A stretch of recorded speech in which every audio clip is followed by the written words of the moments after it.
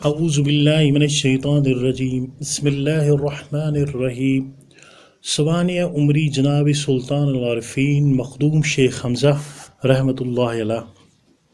حضرت محبوب العالم مخدوم شیخ حمزہ رحمۃ اللہ علیہ کے والد بزرگوار کا اسم گرامی حضرت مخدوم شیخ بابا عثمان رینا ہے رحمۃ اللہ، جو بلند پایا کے زاہد متقی پرہیزگار تھے۔ بے شمار نوکر چاکر رکھنے کے باوجود آپ گھر کے تمام کام کاج، زمینداری اور مال مویشی کی خود نگرانی کرتے تھے۔ اپنے مال و دولت کا حساب لگا کر زکوٰۃ، صدقات اور عشر ادا کرنے میں پیش رہتے تھے۔ مخدوم شیخ حمزہ رحمۃ اللہ بھی اپنے والد بزرگوار کی طرح زہد و تقوی پرہیزگاری کا ایک مجسمہ تھے۔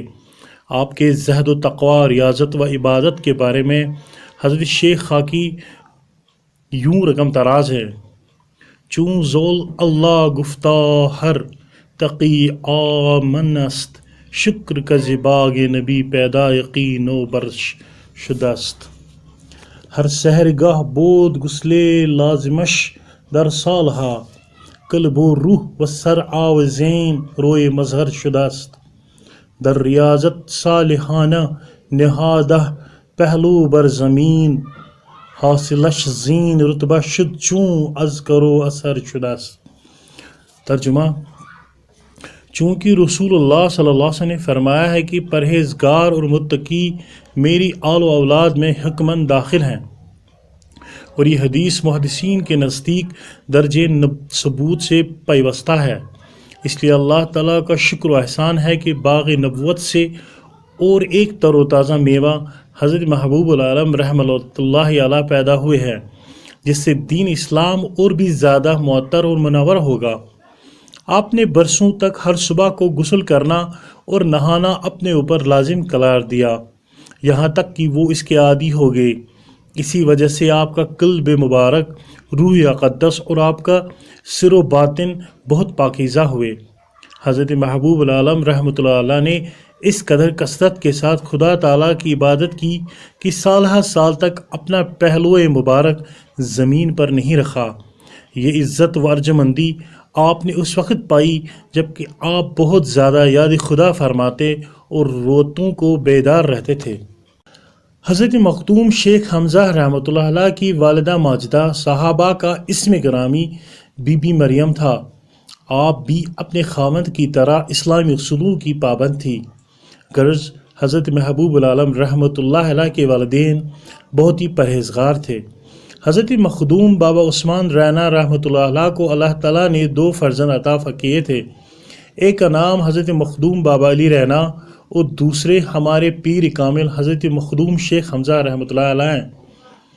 آپ 899 ہجری میں بمقام تجر شریف برگنہ زین غیر سوپور میں پیدا ہوئے۔ حمزہ عربی زبان میں شیر کو کہتے ہیں۔ آپ مادرزاد ولی تھے۔ حضرت بابا داؤد خاکی رحمۃ اللہ علیہ، جو محبوب العالم رحمۃ اللہ کے خلیفہ خاص تھے، دستور السالکین میں رقم تراز ہیں۔ حضرت محبوب العالم رحمۃ اللہ کی ولادت کے 5 دن بعد ایک بزرگ نے ایک واقعہ یوں دیکھا کہ پیغمبر اسلام صلی اللہ علیہ وسلم ایک پرعظمت و پروقار مجلس میں ایک ننھے منھے نوزائیدہ بچے کو بہت ہی پیار اور محبت کرتے ہیں اور اس کی پیشانی کو بار بار چومتے ہیں، اس کی خیر و برکت کے لیے دعائیں دیتے ہیں۔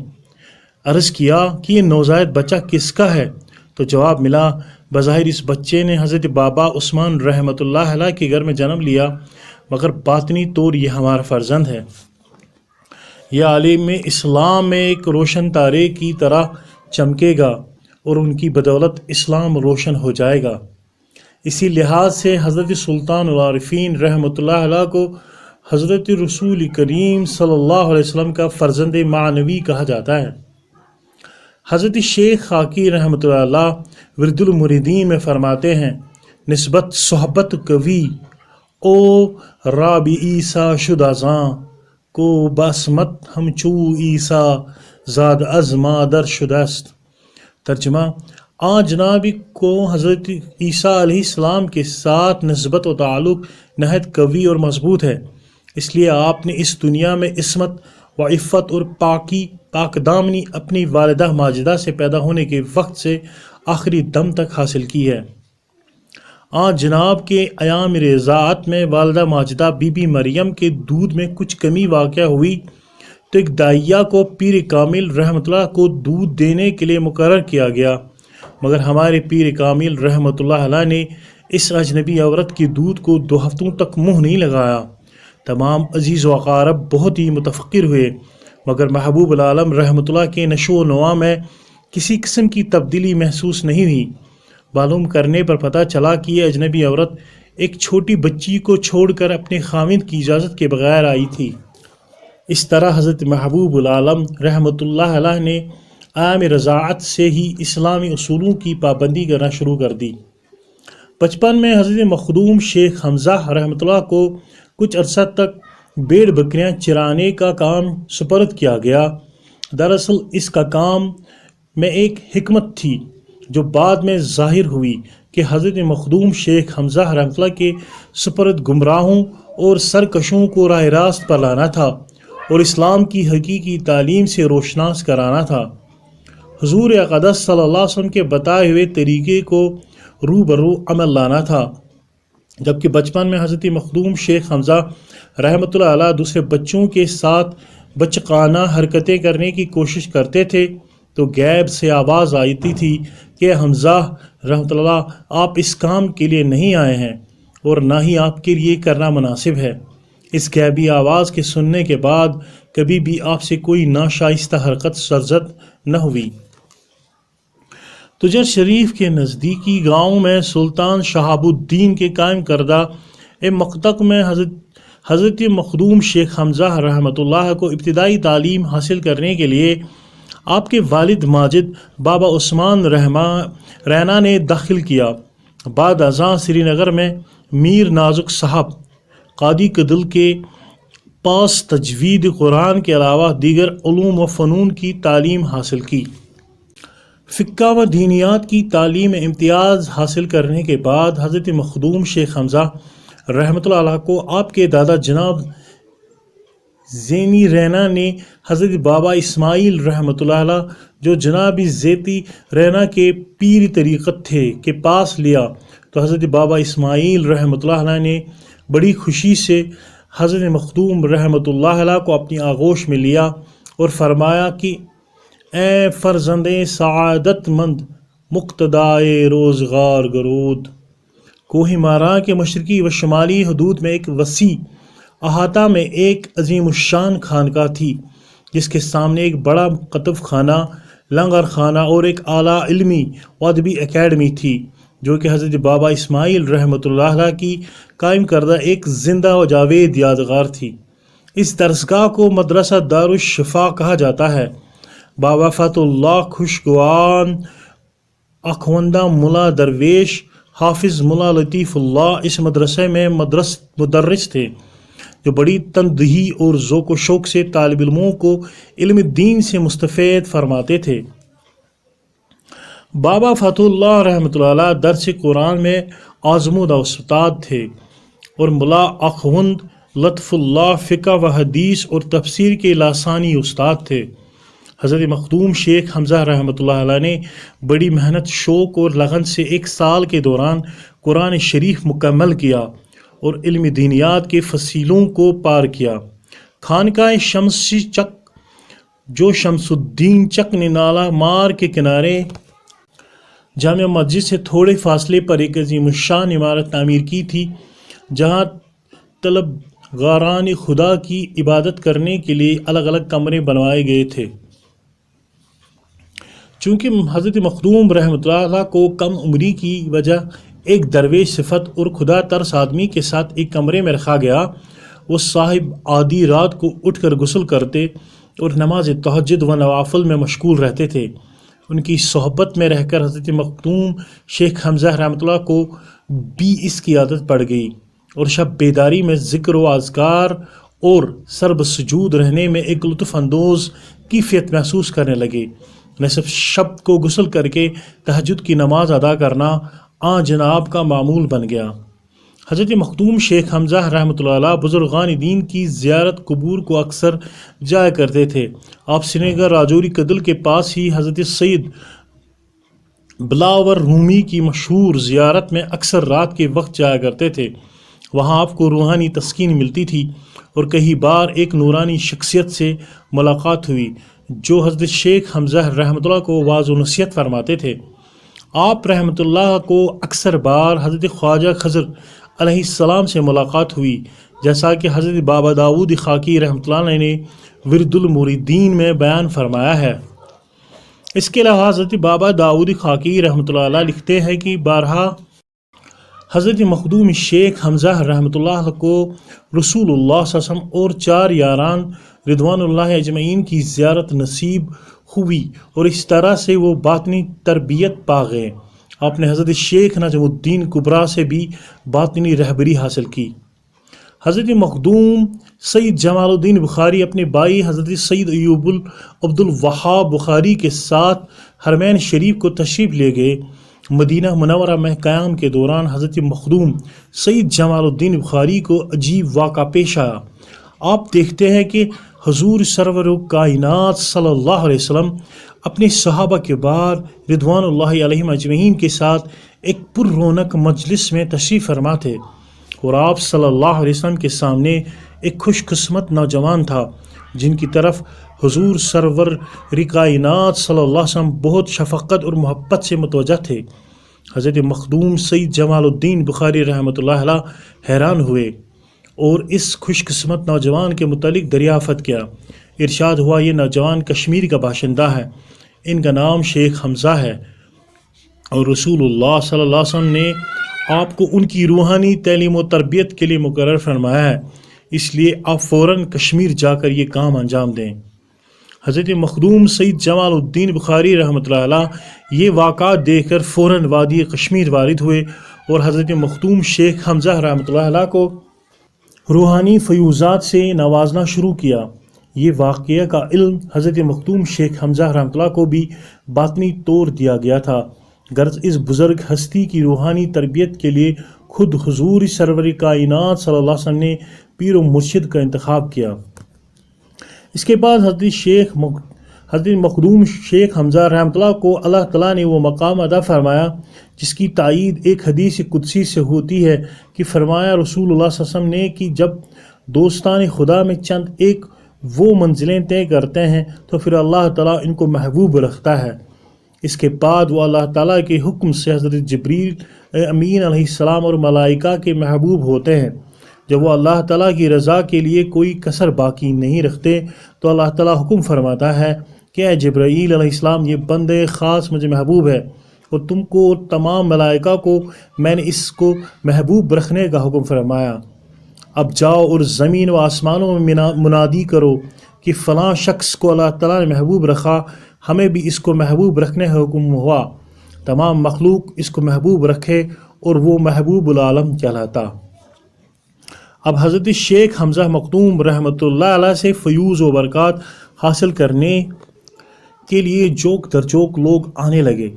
مخدوم منڈو کلاش پورہ سری نگر میں آپ معرفت کے پیاسوں کو جام معرفت پلاتے رہے، چونکہ حضرت سید جمال الدین بخاری رحمۃ اللہ علیہ نے یہاں پہنچ کر سری نگر میں واقع کوہی ماران کے جنوبی گوشے میں مدت تک قیام فرمایا، اس لیے حضرت مخدوم شیخ حمزہ رحمۃ اللہ علیہ نے بھی وہی جگہ اپنی خاص نشست کے لیے پسند فرمائی۔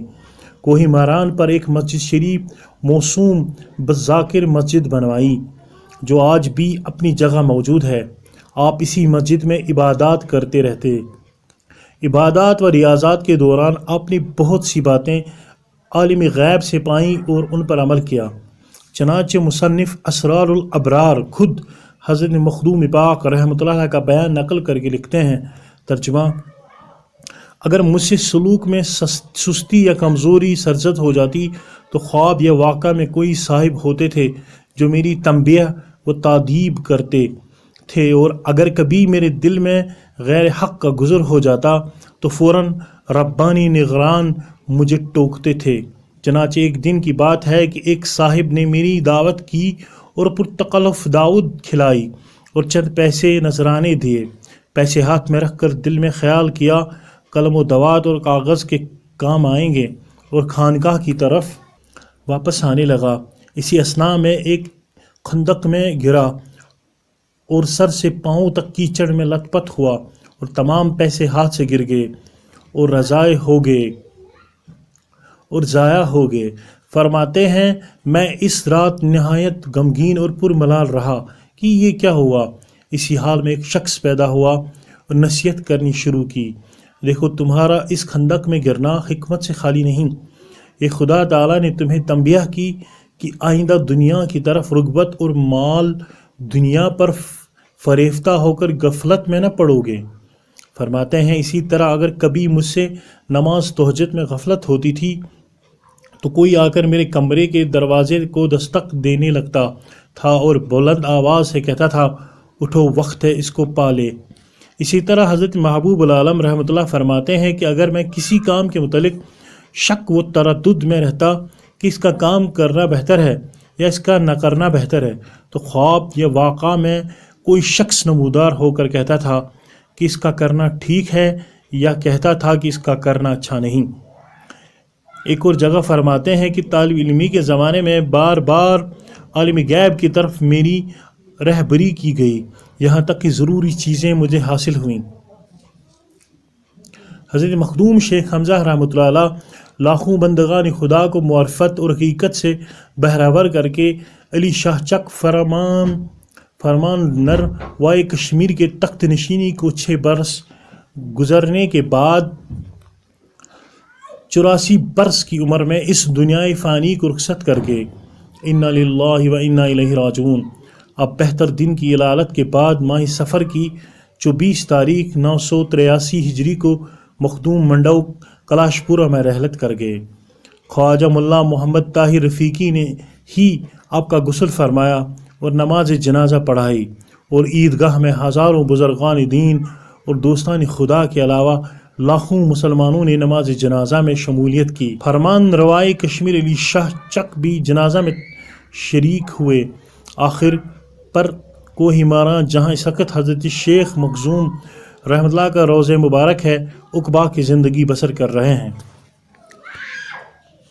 ہم اثر بزرگان دین حضرت شیخ حمزہ مخدوم رحمۃ اللہ کے وقت تشریف میں بہت سارے بزرگان دین موجود تھے جن میں حضرت شیخ ایشان یعقوب صرفی رحمۃ اللہ علیہ اور حضرت میر سید احمد کرمانی رحمۃ اللہ جیسے بزرگ مشہور ہیں۔ ان بلند پایہ بزرگان دین نے بھی حضرت مخدوم شیخ حمزہ رحمۃ اللہ کی برتری کا اعتراف کیا ہے، جیسا کہ حضرت شیخ بابا داؤدی خاکی ورد المریدین میں فرماتے ہیں میر سید احمد کرمان ظاہل کشف بود عشق و درد و سوز اورا دیدے و حیر شدست، یعنی حضرت میر سید احمد کرمانی رحمۃ اللہ نے جب حضرت مخدوم رحمۃ اللہ کا عشق درد و سوز کا عالم دیکھا وہ اہل کشف و کرامات ہونے کے باوجود حیران ہو کر رہ گئے۔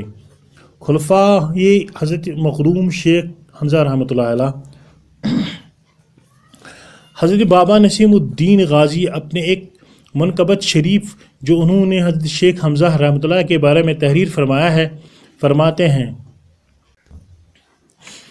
سیلک مرید خاصغاں بودہ ترا اندر جہاں اے شاہ باز لامقاں یا شیخ حمزہ پیرماں۔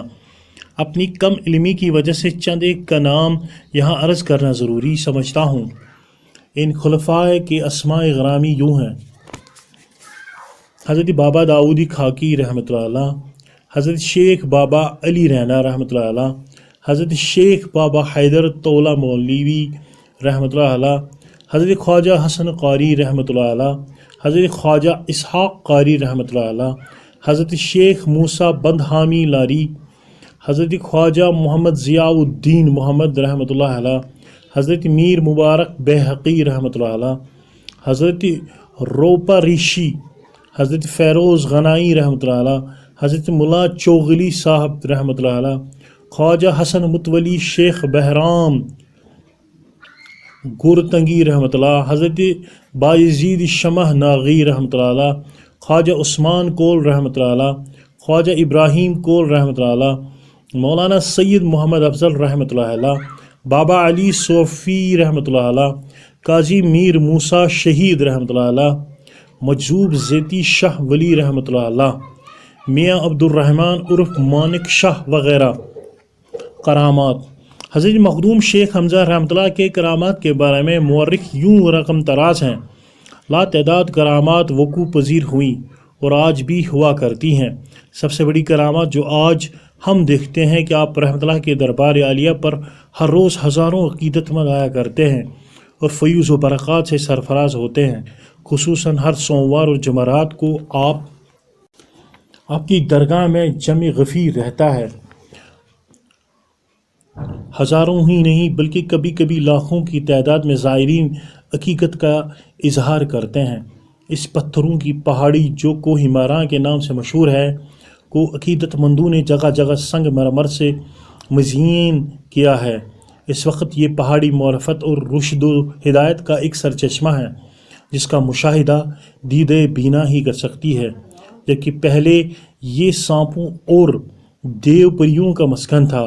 یہ سب حضرت شیخ مخدوم رحمۃ اللہ علیہ کی وجہ سے ہے۔ زیارت حضرت محبوب علیہ رحمۃ اللہ علیہ کے لیے روز بے شمار اہل نظر لوگ آیا کرتے ہیں اور اپنے مغفرت کے طالب دلوں اور اپنے سینوں کو معرفت کے سمندر سے تر و تازہ کرتے ہیں۔ صدق اللہ العظیم۔